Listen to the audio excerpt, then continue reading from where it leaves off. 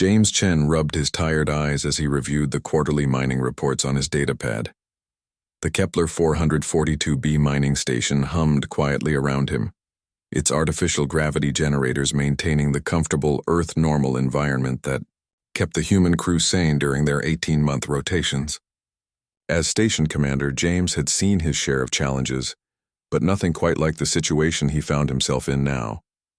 3 weeks ago, the station had received an unexpected cargo shipment, a batch of Xanthari domestic workers, each standing no taller than his forearm. The diminutive aliens were part of an interspecies labor exchange program, their tiny stature and incredible attention to detail making them perfect for maintenance work in confined spaces. James had been skeptical at first, but the station's previous cleaning crew had been reassigned, leaving them desperately short-staffed. Among the Xanthari workers was Lisa, a particularly diligent individual whose lavender-tinted skin seemed to shimmer under the station's artificial lighting. Unlike her colleagues who worked in groups, Lisa had been assigned to James's personal quarters and office, a decision that had seemed practical at the time, given her exceptional work ethic and surprising grasp of standard galactic. The first sign of trouble had come during the meteor shower.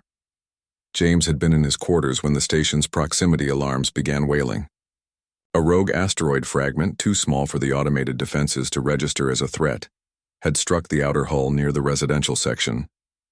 The impact sent a violent shudder through the station, knocking James off his feet and sending furniture sliding across the deck. In that chaotic moment, his eyes had found Lisa.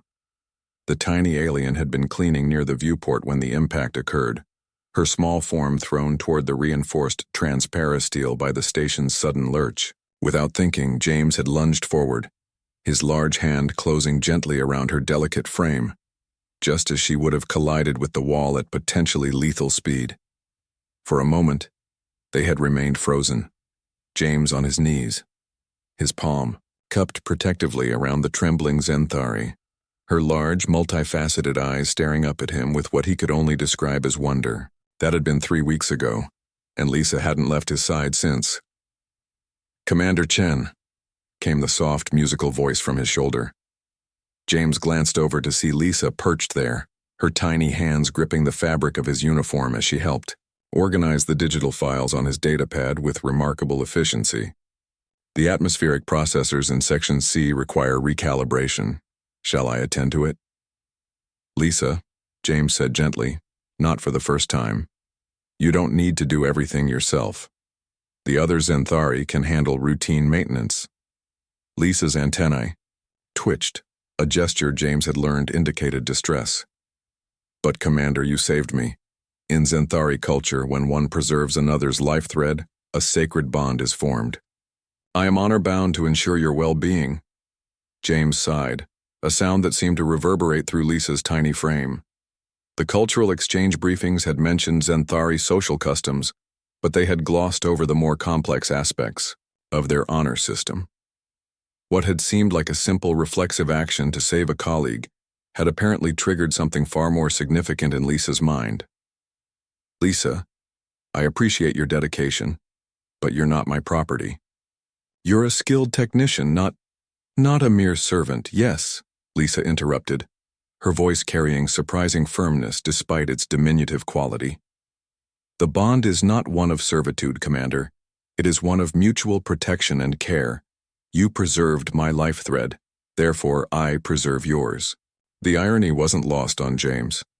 Humanity had joined the Galactic Federation barely 50 years ago, still considered newcomers by species that had been traveling between stars for millennia. Humans were often viewed as crude, emotionally unstable, and prone to violence. Yet here was Lisa, a member of an ancient and refined civilization, clinging to him because of what she saw as a fundamentally human trait, the instinct to protect others without regard for personal risk. Dr. Sarah Martinez, the station's xenobiologist, had tried to explain it during their last conversation. "James, you have to understand. Most species in the Federation prioritize logical cost-benefit analysis in crisis situations. The fact that you risked potential injury to save Lisa without hesitation? That's seen as either recklessly irrational or remarkably noble, depending on perspective. To the Zenthari, it's the latter. The communication console chimed, interrupting his thoughts. Captain Reynolds' weathered face appeared on the screen, his expression mixing amusement with concern. Chen, I've been getting reports from your crew.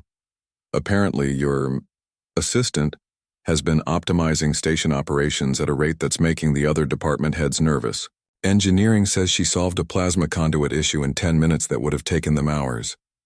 James felt Lisa's tiny form straighten with pride against his shoulder. She's exceptionally capable, sir. But I'm concerned about the cultural implications of... James, Lisa interjected, loud enough for the communication pickup to register her voice. With respect, Captain Reynolds, the commander continues to underestimate the significance of what he did. Among my people, such selfless action is extraordinarily rare. It demonstrates what your species calls humanity, though we have no direct translation for the concept. Captain Reynolds raised an eyebrow. Is that so? Indeed. The commander's instinctive prioritization of my safety over his own well-being marked him as what we term a life guardian, one worthy of the highest honor. By our customs, I cannot simply abandon such a bond. James felt heat rising in his cheeks. It wasn't anything special. Anyone would have... No, Commander. Lisa's voice was gentle but firm. That is precisely what makes it special. You believe anyone would act as you did, but the statistical evidence suggests otherwise. Only your species regularly demonstrates such behavior patterns. The weeks that followed brought an unexpected harmony to the mining station. Lisa's presence at James's side became less of a cultural obligation and more of a partnership. Her microscopic attention to detail complemented his broader strategic thinking, while her deep understanding of Federation technology filled gaps in his knowledge. More importantly, James began to understand what Lisa had meant about the life thread, bond. It wasn't about servitude or debt.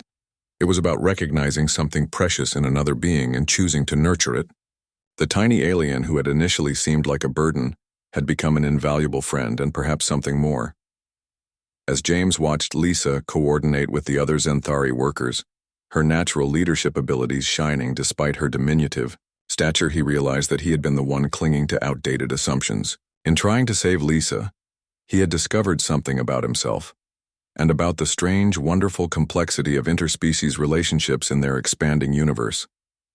The bond between them had indeed become sacred, not because of Zenthari custom, but because of something fundamentally human, the recognition that every life, no matter how small, was worth protecting.